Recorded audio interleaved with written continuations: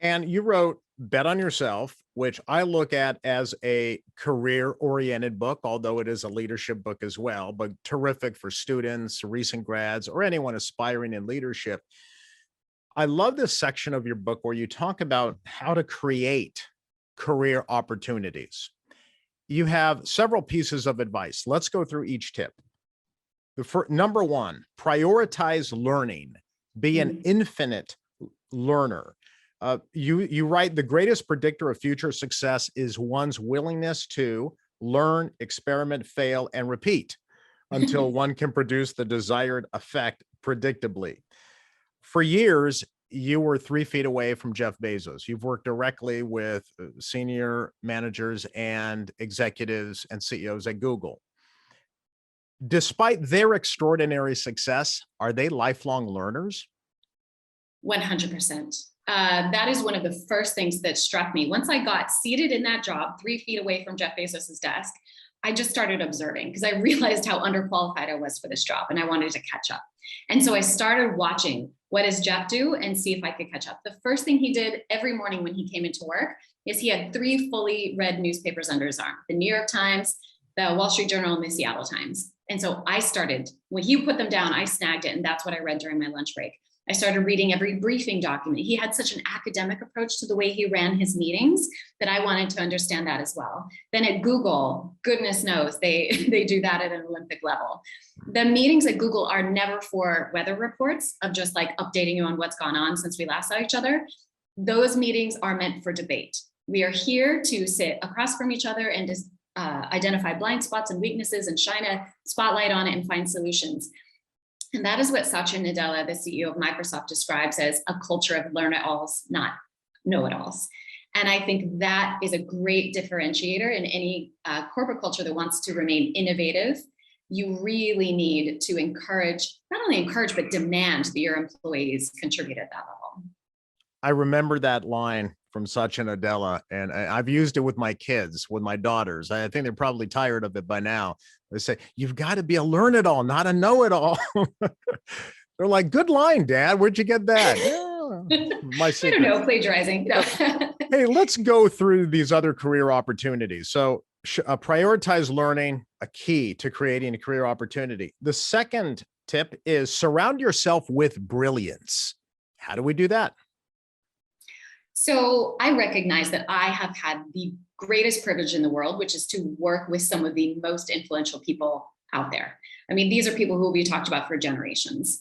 Not everyone has that, and not everyone, you don't need that to have this up-leveling effect, but you do need to be really purposeful. So even if your job isn't giving you access to that, you can seek it out.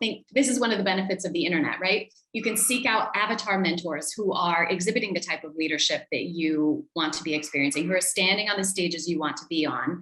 They don't even need to know you exist because you can watch the pattern and set your sights. That's how you reverse engineer their success for yourself. So even if that isn't available to you in your community, or maybe your culture isn't supportive of some of the goals that you have, this is an opportunity to supplement that very purposely. Social media is a great place here to start doing an audit.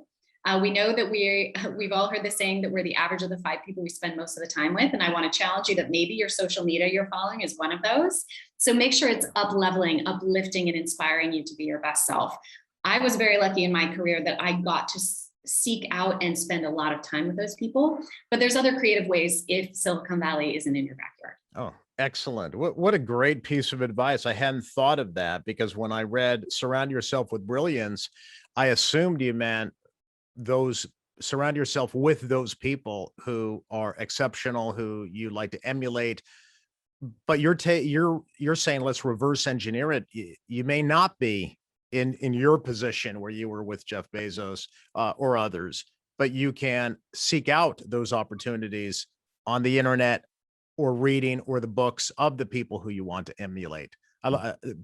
Great idea, which is why I'm a big believer and I support things like Masterclass.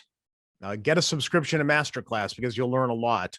There's so much great information on the internet where leaders are sharing their secrets with you for free. They're laying it all out for you. Watch the TED Talks. I am a Yeah. subscriber to Masterclass. I absolutely love it. I'm a heavy consumer, but there's so much out there for free. TED Talks, books, podcasts. Mhm. The internet is this great equalizer in access to great thinking and leveling up ourselves and empowering ourselves of knowing like, okay, I'm not crazy to have this Yeah. bigger goal than anyone in my town might have, or to dream of something bigger. Like my dad, for example, grew up as a farmer and wanted to become a fighter pilot. He didn't know anyone who'd done that before, but there are ways for us to reverse engineer some serendipity.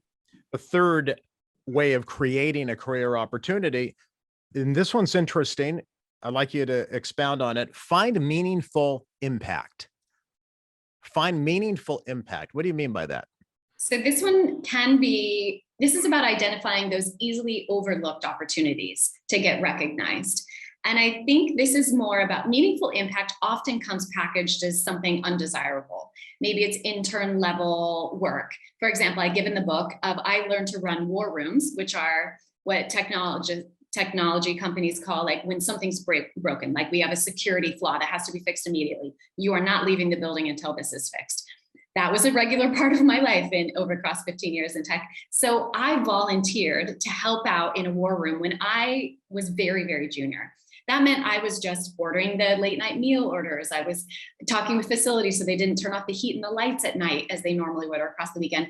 That was an unglamorous job, but it gave me one access to how they did that. Because then in my future, I could then reverse engineer. I could be that type of leader in a war room and run it the way they did, ask the questions they asked, motivate the team in the way they motivated, and also learn some of the things that didn't work as well. But also I got access to some of the most powerful people in the company. They got to know my name. Anyone you're sitting next to at 3 a.m. and you're not only being useful, but memorable and nice to be around gets you recognized. And so I think a lot of people earlier in their career overlook those opportunities to have access because they're distracted by what would my title be? What are my jobs here? Is that below me?